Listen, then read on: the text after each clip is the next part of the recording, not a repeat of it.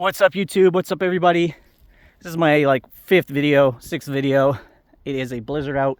My ears are already frozen, I can tell, because I can't feel them anymore. I can't feel the cold. My hands are, I'm switching them, but they're blocks of ice.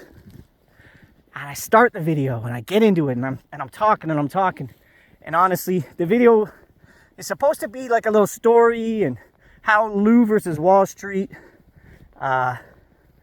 was a tiny part of me becoming a YouTuber initially.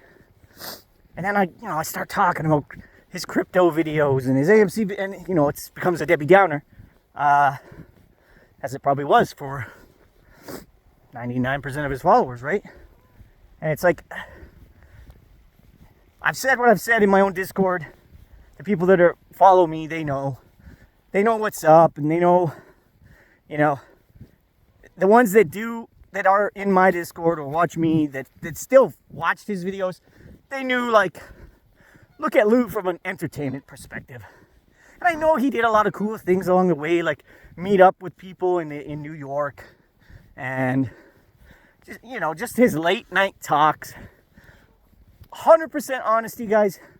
When I was, after AMC collapsed the initial time, okay, so from 72 down to 60, down to 40, that's when I stopped following all YouTubers, and I was already on top of a stock called Redbox, and I'm in StockTwits, okay, getting hundreds of messages a day about Redbox, organizing an Excel spreadsheet of who owns how many shares, who wanted to publicly disclose that, updating it literally every day because it was such a small float, and it was, bankruptcy recovery plan and all that at the time. It's just getting so much coming at me, and I see this guy, and I'm going, man, this guy, all he did was ever talking to his phone. He didn't have the fancy graphics. He wasn't charting, which is, probably the downfall of a lot of you guys, unfortunately. And he's just talking to you guys, He's connecting with his people. And I said, if he can do that, why can't I do that? And that helped me develop and begin my YouTube channel, which grew and grew, which I could have been one of the fastest monetized YouTubers that I know of. I've talked to a few people. I did it in 20 days from nothing, okay? But I peaked, okay?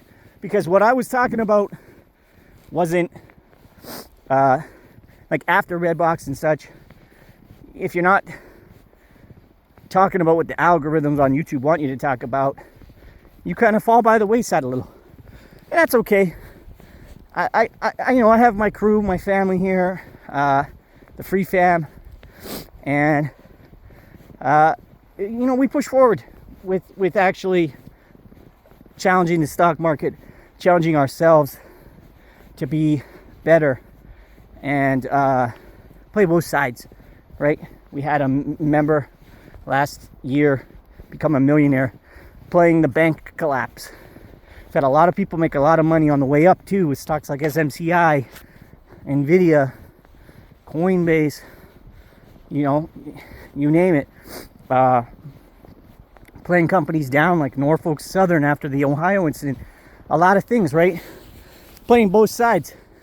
But it's almost, a lot of credit to him for, in his own weird way, getting through to me. This guy in Canada. Look at this. It was actually plus 15 the other day. I was in shorts. I went to the mountains. You would never believe it. On the weekend, this weekend, I went to the mountains, and 4 blondes in bikinis. There's a road to go to the national park waterway thing there, but it was covered in snow except for one patch of asphalt. 4 smoking blondes in bikinis, sun tanning, and I'm like, Dad, I didn't want to be a creep, but that would have been the most viral TikTok, I think, for me. Would have been like, oh yeah, I'm just checking out the local wildlife and scenery here in Canada, and then boom, this is 4 blondes in bikinis fucking sunbathing, of all things. And that was, it's Wednesday. back to this. Look at my ears are so cold right now, I don't feel them. So that's like frostbite setting in, you know? But it's like, he kind of was, what do you call it? Pivotal in helping me, you know, the light click, saying, literally, this guy can do it. All he does is walk around New York, make some funny catchphrases, talk about AMC, and now talk about Ripple. So I want to say thanks to Lou for that. You know, I've seen his comments, the comments on his videos as it was speculated that would happen. And, you know, I'd say the vast majority are positive. There are a lot of negative ones, putting blame on him for AMC. And frankly, I think it's rightfully deserved, but now is not the time for that. You know, the time for that was 2 years ago, you know, or 3. It's not now. And it's not on his deathbed when his family's mourning. They're probably going to his YouTube or his Twitter. They're probably looking at comments. You know, I would imagine if he had a bunch of strangers care about him, he has family that cares about him, right? So, you know, what I think I'm going to do, because I don't think it exists for you guys, and I've always wanted to build a community of traders, is I'm going to open up maybe like I'm going to see how this even goes. I don't know exactly how it would go and how it would work, but open up like a live stream on YouTube, maybe like 24 hours, and you know, and it'll just be for Lou and for the people that liked him and watched him. He has not had much to do with me, if anything, at all in the last couple years, guys. You have to understand.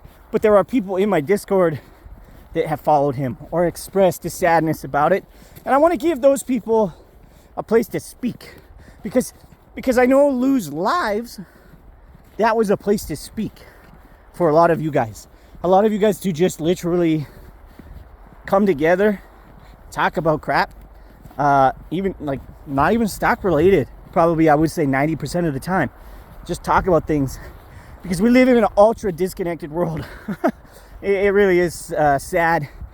Society has decayed. I feel like most of my interactions are in an online format these days, outside of very close family. And I think that's just, it's like that for a lot of people. Remote work, the remote lifestyle.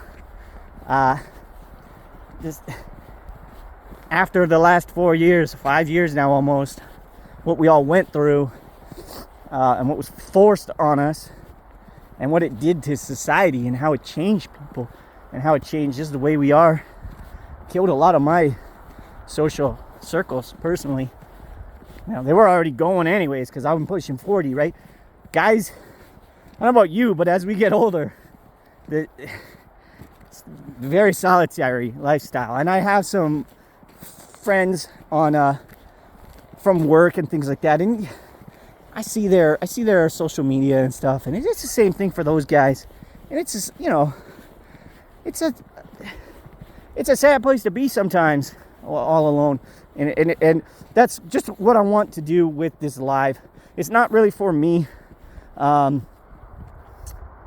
I don't even need to monetize it. I'm not going to have any commercials on or anything like that. It'll just be a place for you guys to vent, whatever. I will, what will I do?